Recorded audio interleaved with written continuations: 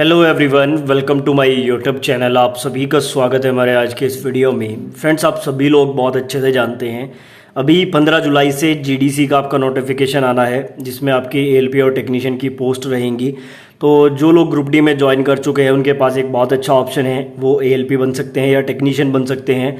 उसके अलावा open market की बात करें तो बहुत जल्द एएलपी और टेक्नीशियन की ओपन मार्केट में भी वैकेंसी आने वाली है, बड़ी मात्रा में वैकेंसी आएगी। तो यहाँ पे हम बेसिकली इस वीडियो में डिस्कस करने वाले हैं कि एएलपी और टेक्नीशियन में से अगर आपको किसी एक जॉब को चूज़ करने का मौका मिले तो आप उसमें से क्या चूज़ कर सकते हैं। ग्राउंड रियलिटी की मैं बात करूँगा, यहाँ पर मैं टेक्निकल चीज़ों पे नहीं जाऊँगा।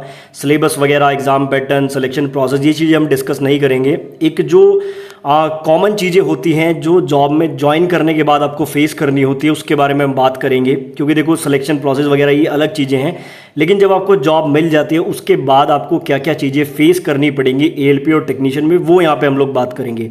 यानी कि जो बेसिक पॉइंट हैं उसके माध्यम से आपको पता लगेगा कि अगर आपको एएलपी और टेक्नीशियन में से किसी एक को चुनने का मौका मिले तो आप किसको चुन सकते हैं। अगर इसको मोटे तौर पे देखा जाए तो ज़्यादा लोग एएलपी को प्रेफर करेंगे, क्योंकि एएलपी नो डाउट बहुत बड़ी सैलरी यहाँ पे आपको प्रदान करता है, बड़ी मात्रा में सैलरी मिलती है।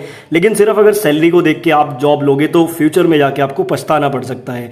तो जो भी चीज़ें मैं आपको इस वीडियो में बताऊंगा, डिटेल में बताऊंगा, सिंपल लैंग्वेज में बताऊंगा। वीडियो आपको एंड तक देखना है।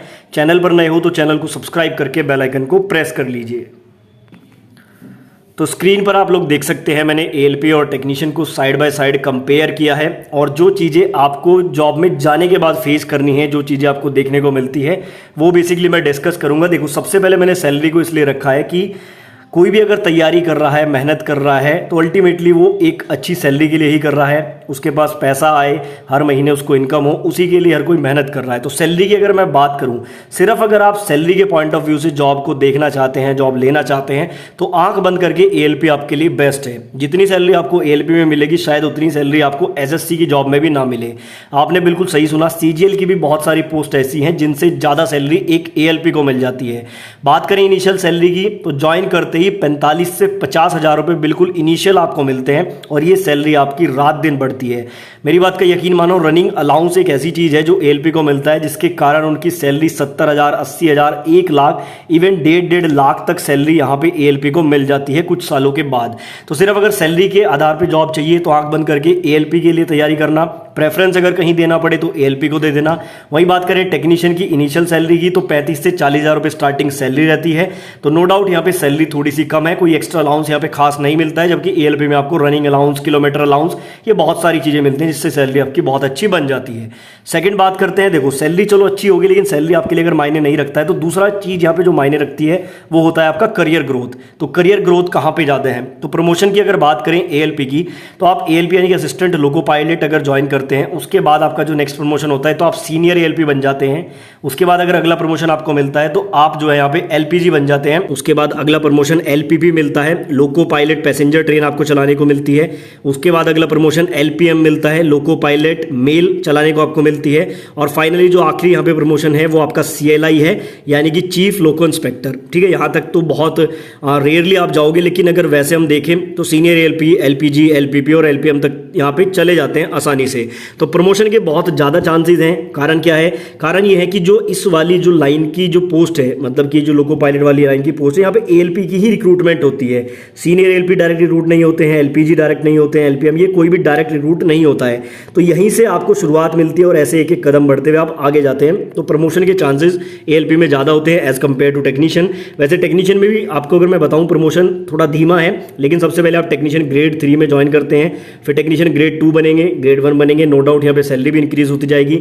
एमसीएम बनते हैं, उसके बाद फिर जेई बनते हैं, और फाइनली आप एसएससी बन सकते हैं। लेकिन यहाँ तक जाना बहुत मुश्किल हो जाता है। आप यहाँ पे जो है डिपार्टमेंटल एग्जाम्स के द्वारा ही जा सकते हैं, नॉर्मली यहाँ पे जाना थोड़ा मुश्किल हो जाता है। तो प्रमोशन के लिहाज से देखा जाए तो टेक्नीशियन यहाँ पे लेस प्रमोशन वाली जॉब है।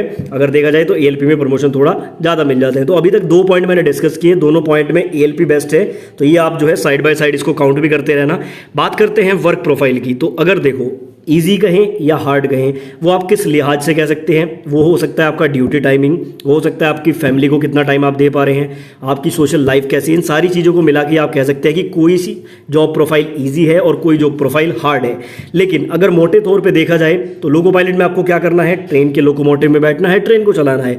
हालांकि जिम्मेदारी वाले काम है, लेकिन यहाँ पे थोड़ा सा अगर देखा जाए तो लेस हार्ड वर्क रहता है, जबकि टेक्नीशियन में हार्ड वर्क थोड़ा ज़्यादा होता है। नो डाउट आप टेक्नीशियन है, आपको काम करना पड़ेगा हाथ से, आपके हाथ भी काले होंगे, कपड़े भी काले होंगे, तो थोड़ा सा यहाँ पे हार्ड वर्क हो जाता है टेक्नीशियन में, जबकि ईजी वर्क रहता है थोड़ा सा एएलपी में।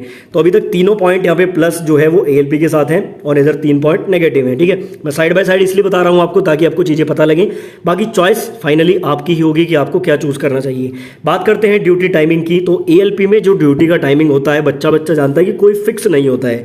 फिक्स इन द सेंस आप ट्रेन लेके चलते हैं, वो ट्रेन मान लो कि आपको 8 घंटे में अपनी जर्नी कवर करनी है, इस स्टेशन से दूसरे स्टेशन जाना है, वहाँ पे आपको रेस्ट करना है, फिर उधर से ट्रेन लेके अपने हेडक्वार्टर आना है। हालांकि ये फिक्स होता है, लेकिन इसमें बहुत सारी दिक्कतें आती है, बीच में आपको जो है डिले हो जाता है, तो यहाँ पे थोड़ा सा फिक्स टाइमिंग नहीं रहती है। तो ये यहाँ पे लोको पायलट को चीज़ें फेस करनी होती है, जबकि टेक्नीशियन का जो टाइम होता है ड्यूटी का वो ऑलमोस्ट फिक्स रहता है। 8 घंटे की ड्यूटी रहती है, 8 घंटे की ड्यूटी के बाद आपको घर जाना होता है। तो यहाँ पे जो प्लस पॉइंट है चौथा, वो टेक्नीशियन को मिलता है, जबकि एएलपी को मिलता है नेगेटिव पॉइंट। बात करते हैं हॉलीडेज़ की, तो एएलपी में फेस्टिवल्स पे हॉलीडे मिलना थोड़ा मुश्किल हो जाता है। देखो आपको पता है कि जब वहाँ फेस्टिवल्स होते हैं, दिवाली, होली, सब लोग अपने घर पे जाते हैं, ट्रेन से ट्रैवल करते हैं, वहीं पे लोको पायलट का काम भी बढ़ जाता है। तो हॉलीडेज़ यहाँ पे थोड़ा सा कम मिलते हैं, जबकि जो टेक्नीशियन होते हैं उनको फेस्टिवल पे हॉलीडे थोड़ा ईजिली मिल जाता है। अगर वर्कशॉप बंद है फेस्टिवल पे तो आपको भी छुट्टी मिलेगी। तो यहाँ पे भी एक प्लस पॉइंट मिलता है टेक्नीशियन को, और यहाँ पे इसको मिलता है एएलपी को एक नेगेटिव पॉइंट। अभी तक यहाँ पे 3 पॉजिटिव पॉइंट है एएलपी के, 2 नेगेटिव हैं, और इधर टेक्नीशियन के 3 नेगेटिव और 2 पॉजिटिव पॉइंट है।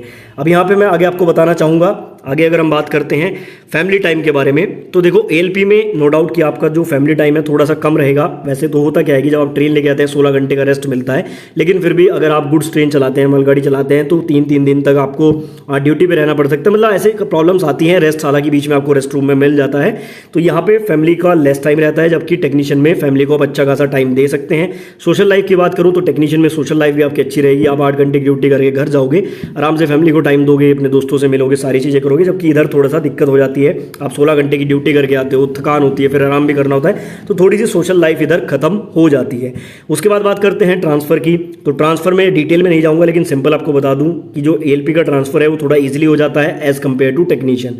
टेक्नीशियन का जो ट्रांसफ़र है वो थोड़ा सा दिक्कत करता है। बात करते हैं हेल्थ की, तो ये डिपेंड करता है, अगर आप एएलपी हैं आपकी हेल्थ कैसी रहेगी आप पे डिपेंड करता है। अगर आप अपनी ड्यूटी के साथ अपनी सेहत का ख्याल रख पा रहे हैं तो यहाँ पे आपकी सेहत खराब नहीं होगी, लेकिन फिर भी यहाँ पे एएलपी में थोड़ा सेहत खराब होने का खतरा ज़्यादा रहता है। रात को ड्यूटी लगती है, 12-12 घंटे ड्यूटी करनी पड़ जाती है, और टेक्नीशियन में थोड़ा सा गुड हेल्थ रहती है, क्योंकि आराम से आप सुबह उठोगे, वर्कआउट करोगे, ड्यूटी जाओगे, शाम को आओगे, अच्छा खाना खा के सो जाओगे, रेस्ट प्रॉपर मिलेगा, तो यहाँ पे थोड़ी सी हेल्थ भी आपकी अच्छी रहती है। तो दोनों ही पोस्ट के कुछ नेगेटिव पॉइंट हैं, कुछ पॉजिटिव पॉइंट हैं, साइड बाय साइड मैंने आपको कंपेयर करके भी दिखा दिया है। अब ये आपको चूज करना है कि आपके लिए क्या बेहतर है। मान लो कि आप लोग यहाँ पे रात में ड्यूटी करने में सक्षम हो तो आपको एएलपी लेना चाहिए, आपको सैलरी अच्छी चाहिए तो आपको एएलपी की तरफ जाना चाहिए, लेकिन आपको फैमिली के साथ ज़्यादा टाइम बिताना है तो आपको टेक्नीशियन के साथ जाना चाहिए। हालांकि यहाँ पे सैलरी थोड़ी सी कम है, प्रमोशन के लिहाज से अगर आपको देखना है तो आपको एएलपी की तरफ जाना चाहिए। तो ये चीज़ें आप पे डिपेंड करती हैं, पर्सन टू पर्सन ये चीज़ें डिपेंड करती हैं। मैंने तो आपको साइड बाय साइड दोनों की पॉजिटिव पॉइंट और नेगेटिव पॉइंट अच्छे से बता दिए हैं, सिंपल लैंग्वेज में बताए हैं, कोई टेक्निकल टर्म्स में नहीं बताया है। और टेक्निकल जो चीज़ें हैं वो मैं आपको फ्यूचर वीडियो में बताऊंगा, जैसे सिलेक्शन प्रोसेस वगैरह, एज वगैरह, वो आगे फ्यूचर में वीडियोज़ आएंगी। तो चैनल को सब्सक्राइब करके बेल आइकन को आप प्रेस कर लेना।